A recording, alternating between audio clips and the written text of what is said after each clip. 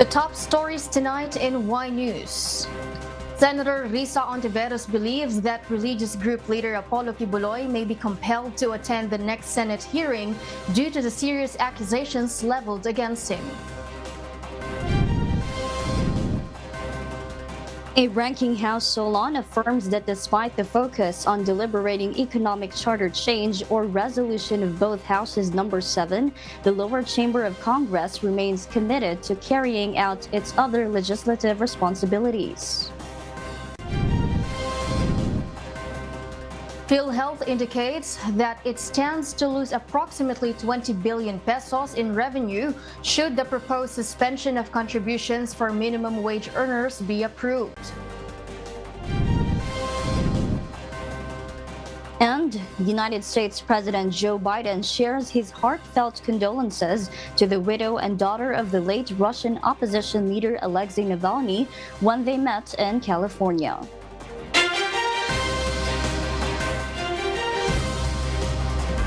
Good evening, Philippines and the world. Today is Friday, the 23rd of February, 2024. Join us in the next hour as we deliver today's top stories around the Philippines and in other parts of the world. I am Mariela Toza.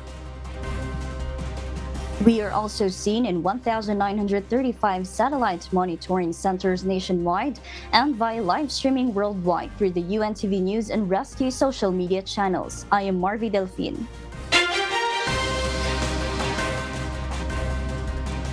First in the news. President Ferdinand Marcos Jr. recognizes the significant contribution of the design industry to the country's economy. He ensured continuous development of this industry by committing to implement policies and measures to further its advancement. Nel Maribuhok reports. The contribution of the design industry to the Philippine economy is substantial. According to President Ferdinand Marcos Jr., this industry has created 700,000 jobs, constituting 2% of the total employment in the country. He emphasized this during his speech at the launch of ArtX Design at the National Museum of Fine Arts in Manila earlier today, February 23. This event is also part of the celebration of National Arts Month. Because of its contribution to the economy, the President stated that the government is pushing forward policies and initiatives aimed at further developing this industry. We are implementing forward-thinking legislation such as the Philippine Design Competitiveness Act, Philippine Creative Industries Development Act of 2022, and other policies to promote innovation, to support entrepreneurship, and to protect intellectual property. In addition to the economy, creative industries are also important to President Marcos in the culture of Filipinos. But there is even greater importance because these designs and these creatives are helping to shape our culture. In regard, the President called on government agencies and stakeholders of the creative industries to collaborate in further strengthening the design community. Nel Maribuhok, UNTV News and Rescue. We serve the people, we give glory to God. Senator Risa believed that religious group leader Apollo Kiboy may be forced to attend the next Senate hearing over some serious accusations against him. Dante Amento tells us why. Camp of religious leader Apollo Kiboy already received the subpoena from the Senate, requiring him to attend the hearing on some serious allegations of abuse. There is also a standing immigration lookout bulletin order or ILBO against Kiboy. Hence, Senator Risa believes that Kiboy may be forced to appear before the Senate on the next hearing by March 5, 2024. At least dahil may ILBO at lalo na dahil may subpoena ang Senate, ay siguro naman dagdag na pangungumbinse o pag-oobliga kay Kiboy na humarap na po sa aming komite. The Lady Solon urges Kiboy to present his defense instead of making separate accusations against the government that allegedly connived with the United States government to get him out of the country or even kill him. Ewan ko kung ano yan, pero hindi yan ang hinihingi ng Senado sa kanya at hindi yan ang obligasyon niya sa mga victim survivors. Meanwhile, in his previous statement, Kiboy said that he is now hiding due to threat to his life. However, he denied all the accusations against him and stood his ground being innocent. Sapagkat ang buhay ko ngayon ay nanganganib. Kahit mukha ko, hindi ko pwedeng ipakita sa inyo. Sapagkat ako ay binigay na ninyo sa kamay ng mga Amerikano at gagawin nilang gusto nilang gawin sa akin sa aking sariling bansa. Dante Amento, UNTV, News and Rescue. We serve the people. We give glory to God.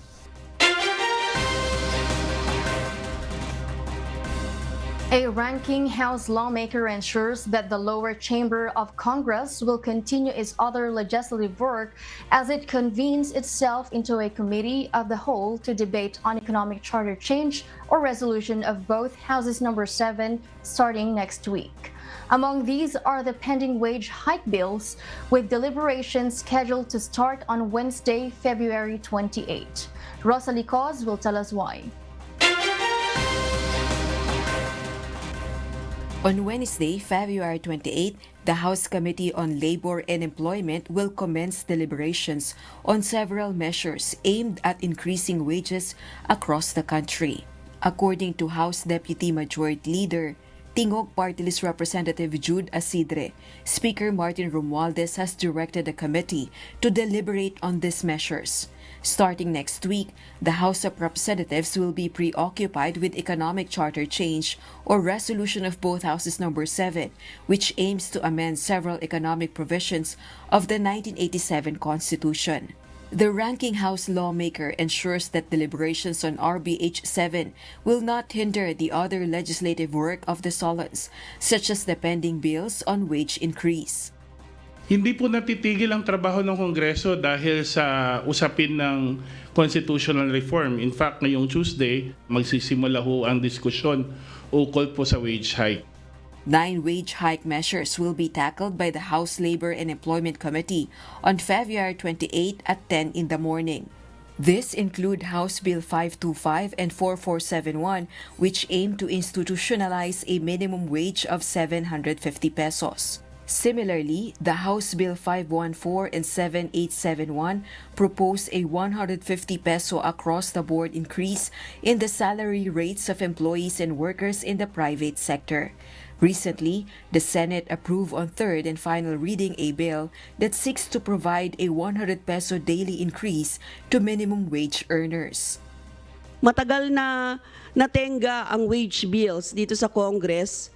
In fact, naungusan na ito ng Senado kasi yung Senado nag-100 na siya. So ngayon, ang ina-expect natin, the current House will make moves, no? Kasi matagal na nga na nakapasa na sa Senado, tayo na lang yung hinihintay. Ito naman talaga yung talagang dapat inaasikaso ng Kongreso dahil wala naman sa wala naman sa mga kahilingan ng mga kababayan natin yung Chacha. Meanwhile, some House lawmakers have raised concerns about the impact of salary increases on the economy, particularly regarding the inflation and small businesses. Kailangan nating balansihin yung kabuuan ng ekonomiya. We don't want to legislate something that would also cause people to lose their jobs. Nakikita na hindi lang naman yung magkakawa din yung nahihirapan, ng ating mga maliliit na negosyante, nahihirapan din sila. Rosalie Cos, UNTV News and Rescue. We serve the people, we give glory to God. Several senators dispute the remark of some House lawmakers that the Senate's version of the economic charter change, or Chacha, violates the Constitution as it insists on voting separately. Senator Kiboy Estrada says the Philippine Congress is bicameral in nature, therefore it is only right for the Senate and the House to vote separately. He adds they will insist on separate voting for Chacha even if the issue reaches the Supreme Court. They want to castrate the Senate. Kasi pag jointly, 24 lang kami, talagang kakainin kami buhay ng mga congressman. Estrada also expresses doubt on voting in a joint session. Hindi natin alam, baka rin pwedeng trap yan o hindi. they must show a proof of life muna. No, bago kami sumabak dyan. Mahirap. Meanwhile, Senator Sherwin Gatchalian appeals to their counterparts in the lower house not to further complicate the issue, noting that the intention of the framers of the 1987 Constitution is for the two chambers to vote separately. Hindi siya imbento kasi very clear in the first hearing, si Justice Villanueva, sinabi niya na ang intention talaga is bicameral. It might not be there in words, but the intention is to vote through a bicameral system. No? So that's why linagay ng Senado yan. Dapat wag na natin gawing komplikado pa. Dahil kung gagawin natin komplikado o pag-aawayan natin yung mobility, hindi natin ma-achieve yung amendment of the economic provisions. Nagsabi na yung Pangulo na Senate ang mangunguna eh. This Sunday marks the commemoration of the 1986 EDSA People Power Revolution, a pivotal moment in Philippine history. Some personalities who were actively involved in the movement have come forward, expressing their sentiments that little has changed since those historic days on EDSA. Jedna Risa will tell us why. We can still see prominently the various issues of the country that should have been over after the 1986 People Power Revolution. Poverty, government corruption, crimes, and the drug issue can still be seen. Nandyan pa rin po, laganap pa rin po yung kagutuman, paghihirap ng mga taong bayan. Nandyan po, laganap pa rin ho ang korupsyon. Mga krimen, mga problema natin sa droga. According to some personalities who were part of the historical movement, little has changed since then. Sa palagay ko, walang naging reforma eh. Ang naging transformation natin ay lalo tayong nabaon. Lalo tayong nabaon sa kahirapan at ang may kasalanan ay ang ating mga politiko, ang ating political dynasties. Gil Yuson, columnist of the Philippine Daily Inquirer, added, people power is a thing that has been started but has not continued to progress. I think at this time, EDSA was the spark which did not really catch fire long term. And today, there are more things that divide us than those things that unite us. According to retired Philippine Marine Colonel Ariel Kerubin, the people power lose because the unity of Filipinos was lost, which is the cause of today's pressing issues. Hindi po tayo nagkaisa. Hindi ho tayo, na-miss ho natin yung opportunity ng ating sinasabing EDSA People Power Revolution, no? Sayang kasi ang ganda-ganda ho sana na kung nagkaisa ho tayo para puksain lahat itong mga nagbibigay sa atin ng paghihirap ngayon. Jedna Risa, UNTV News and Rescue. We serve the people, we give glory to God.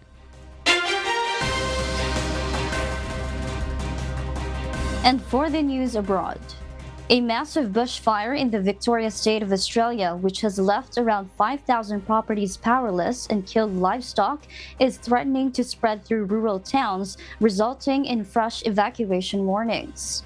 Residents in 30 communities have been told to leave immediately before conditions become too dangerous.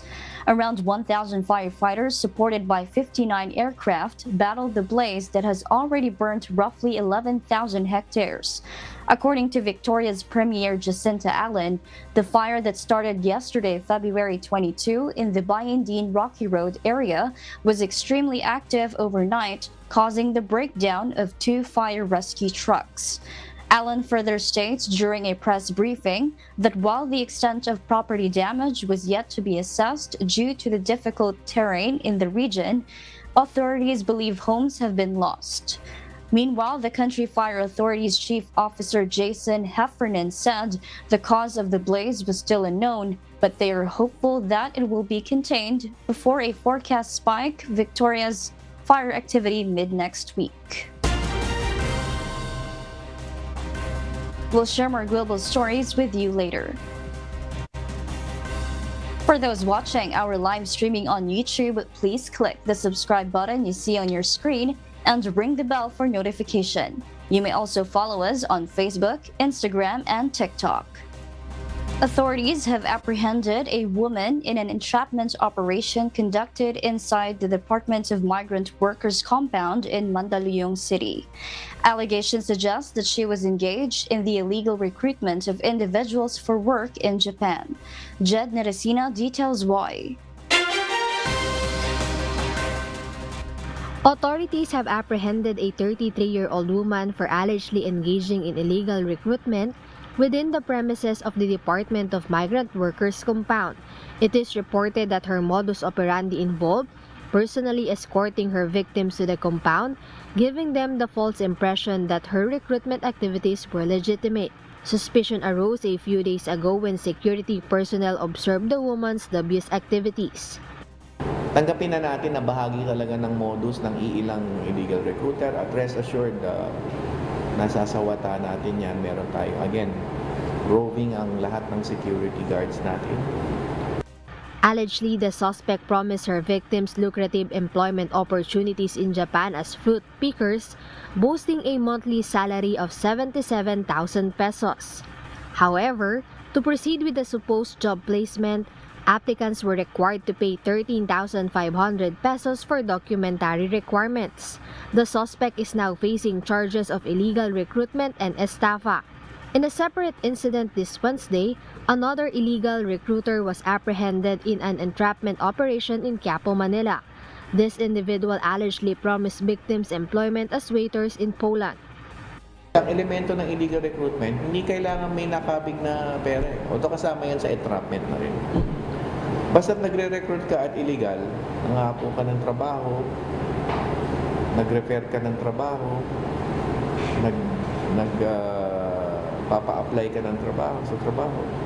Recruitment yon, at kung wala kang lisensya mula sa DMW, illegal recruitment. Jed Neresina, UNTV News and Rescue.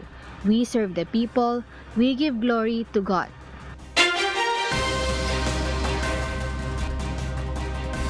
A lawmaker wants to look into the viral photo of Senator Robin Padilla's wife, actress Mariel Padilla, who took a gluta drip session inside the senator's office.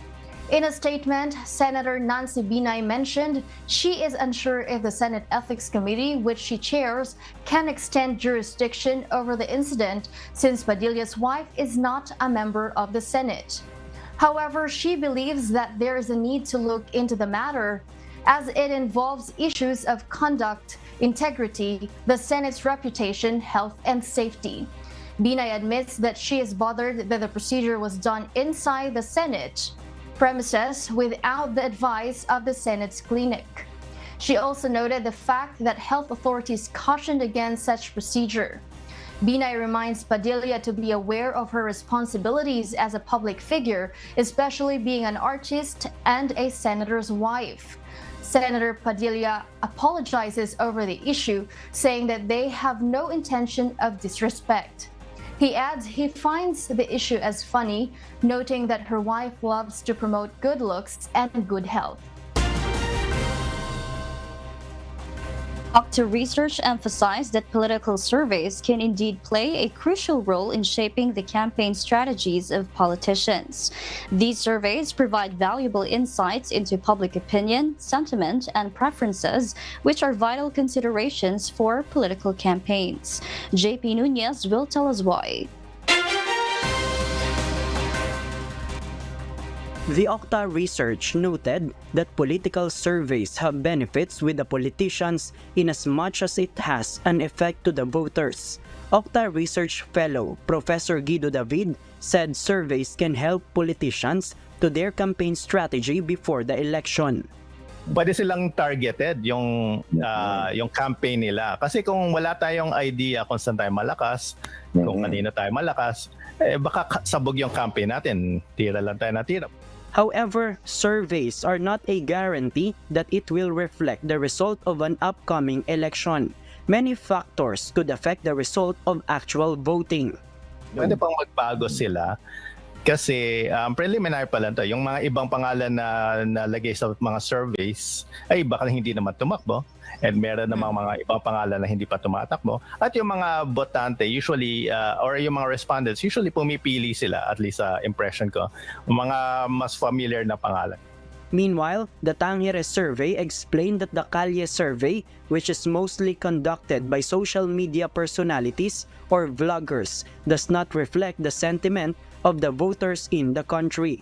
That's good. That's a good initiative. Pero in terms of the demographic proportion niya, yung makakasalubong mo lang yung makakausap mo, and it cannot be a readable base, but it's just a representative kayo nung city na yon. You cannot use it as sabihin mong representative na to ng buong Pilipinas. The survey has essentials like identifying sampling rate, age group, and the social status of the respondents, which could affect their decision making.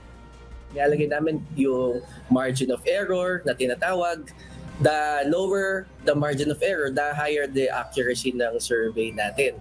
Nilalagay namin dito yung confidence level. Kapag inulit ko tong survey na to, for example, 95% confidence level namin, in layman's term, we're confident 95% of the time. Pag inulit to, yun uli yung lalabas.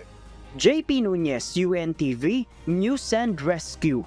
We serve the people, we give glory to God.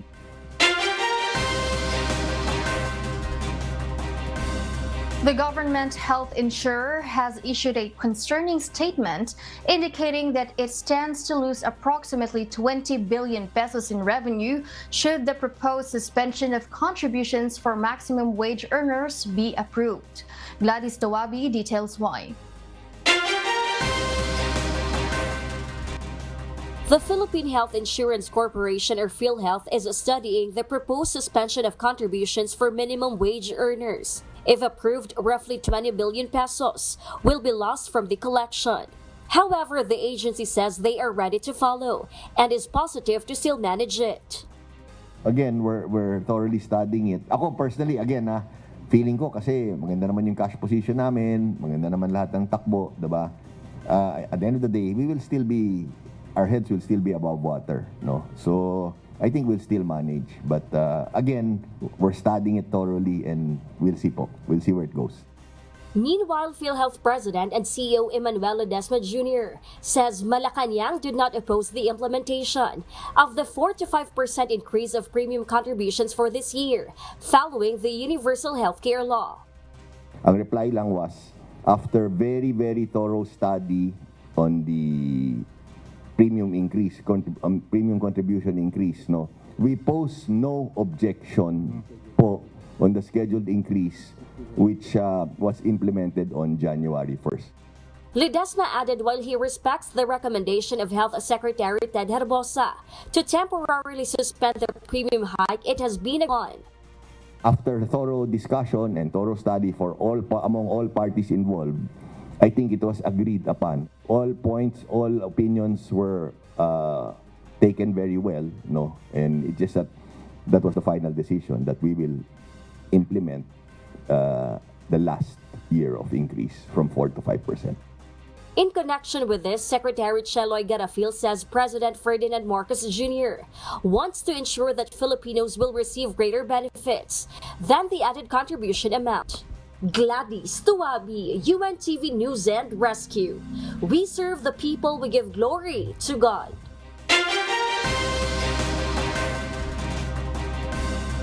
And in other global news, United States President Joe Biden expressed his heartfelt condolences to widow and daughter of the late Russian opposition leader Alexey Navalny when they met in California on Thursday.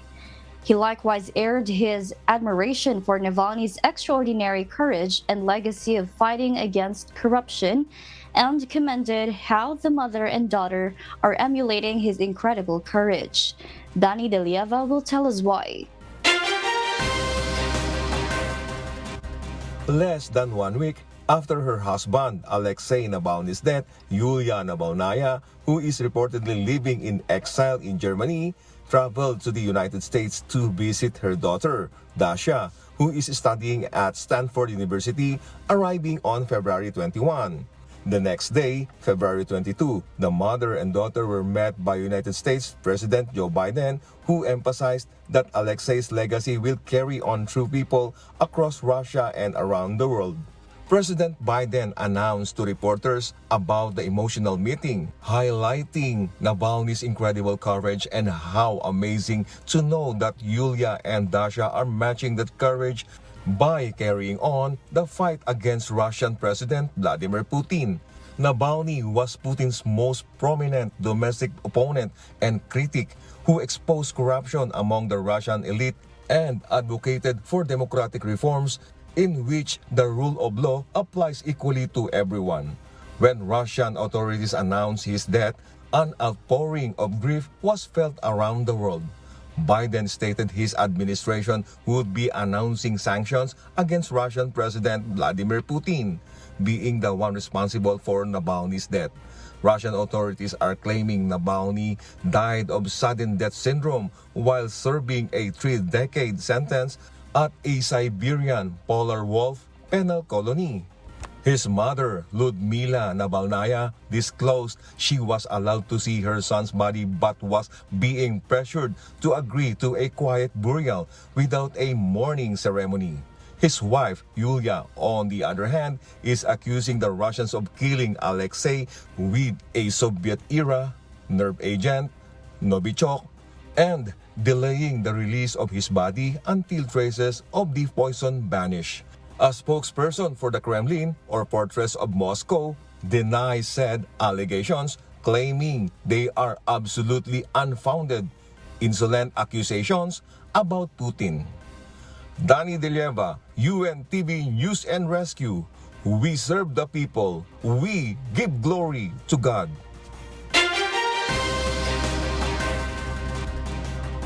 And those are the reasons behind the news in other parts of the globe.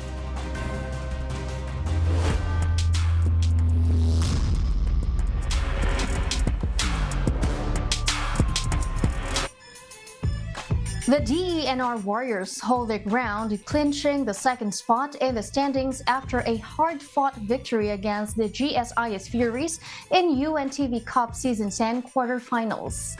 Meanwhile, making strides in the rankings, the Senate Defenders have ascended to the third rank, showcasing their determination on the court.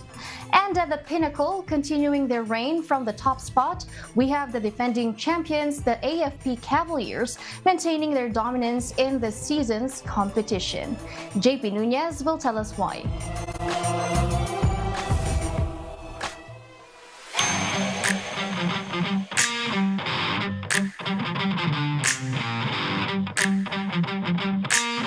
Continuing with the quarterfinals of UNTV Cup Season 10, it was a showdown between the AFP Cavaliers and the NHA Home Masters in the main game.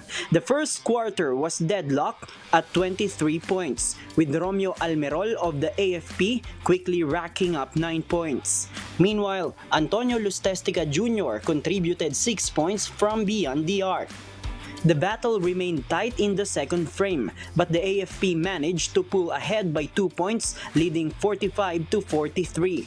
In the third quarter, Almerol continued to shine with 8 points, while Rod Vasallo led for NHA with 11 points. The AFP maintained a 5-point lead, 64-59.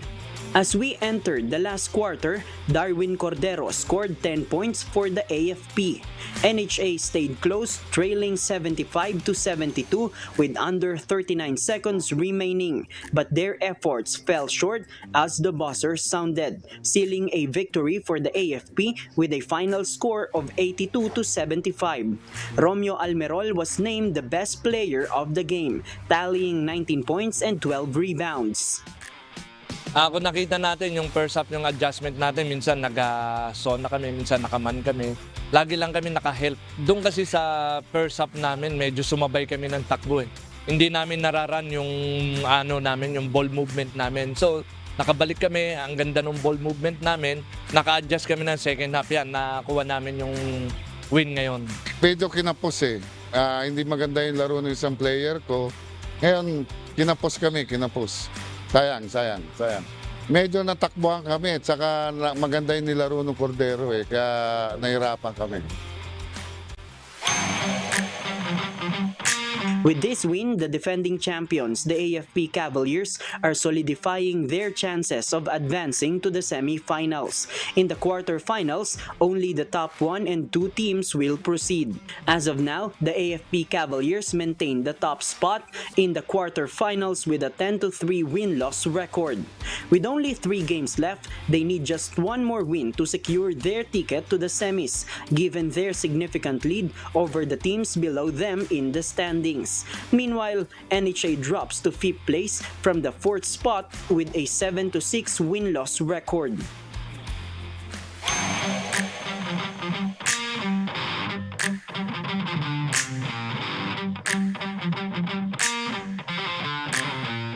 On the other hand, the Senate defenders climbed to the 3rd place from the bottom at 6th in the standings after defeating the Ombudsman Graft Busters.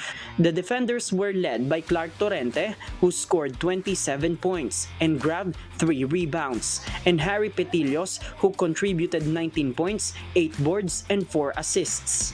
Currently, the Senate holds a 7-6 win-loss record, while the Ombudsman sits at 4th place.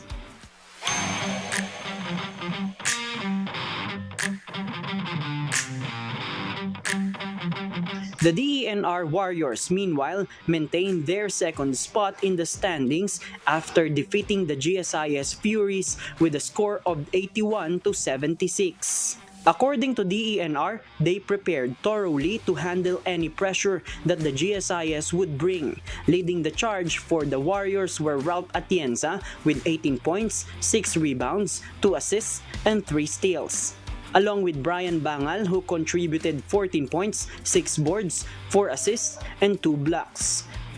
At present, the DENR Warriors have 8 wins and 5 losses, while the GSIS Furies hold a record of 6 wins and 7 losses. JP Nunez, UNTV, News and Rescue. We serve the people, we give glory to God.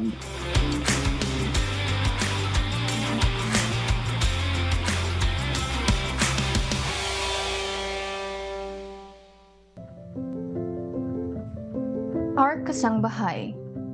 As the world faces these trying times amid the various challenges and uncertainties, we are inviting everyone to join the global prayer for humanity. Good day. I'm Brother Eli Soriano of the members of the Church of God International. I want to invite you to join us in a minute of prayer every day to pray for humanity and the whole world as we go through these perilous times.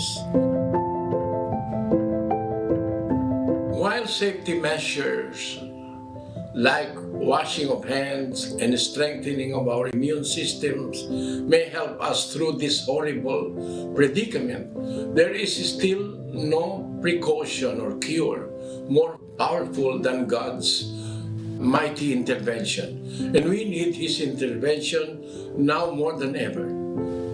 It doesn't matter what religion you are in or what denomination you belong. This is an invitation for all the people around the world who cares for the future of their family, friends, loved ones, and humanity as a whole. Everybody is welcome to pray with us. For more details, you can check out the description box below. Thank you very much, and I hope to hear from you soon. May God bless you.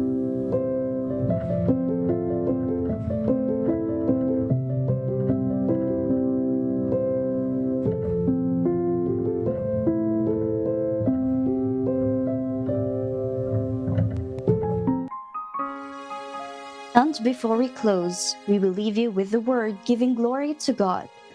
From the book of Hebrews, chapter 10, verse 38, it says, "Now the just shall live by faith, but if any man draw back, my soul shall have no pleasure in him."